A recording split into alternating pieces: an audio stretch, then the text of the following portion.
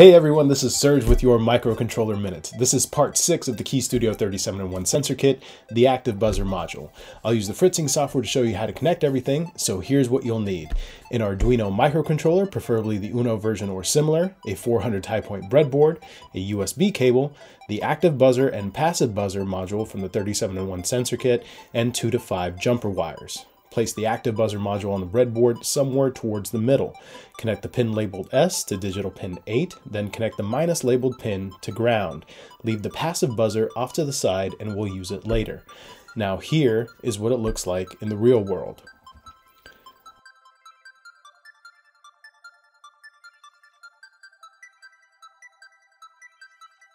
Grab the USB cable, connect it to the Arduino, and then connect to your computer. We'll use the Arduino IDE software for programming the Arduino UNO.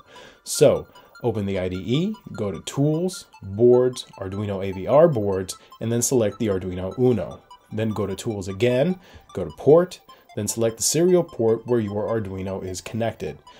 Now, upload the following 13 lines of code, and your buzzer should start beeping.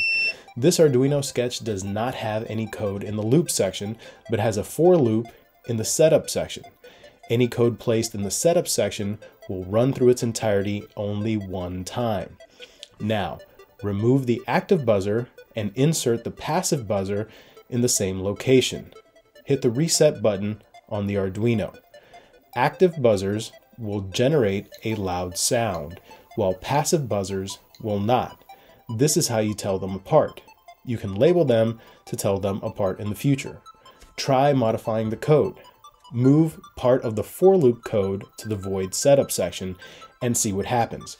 Once you get the hang of it, come back and join us for the next module.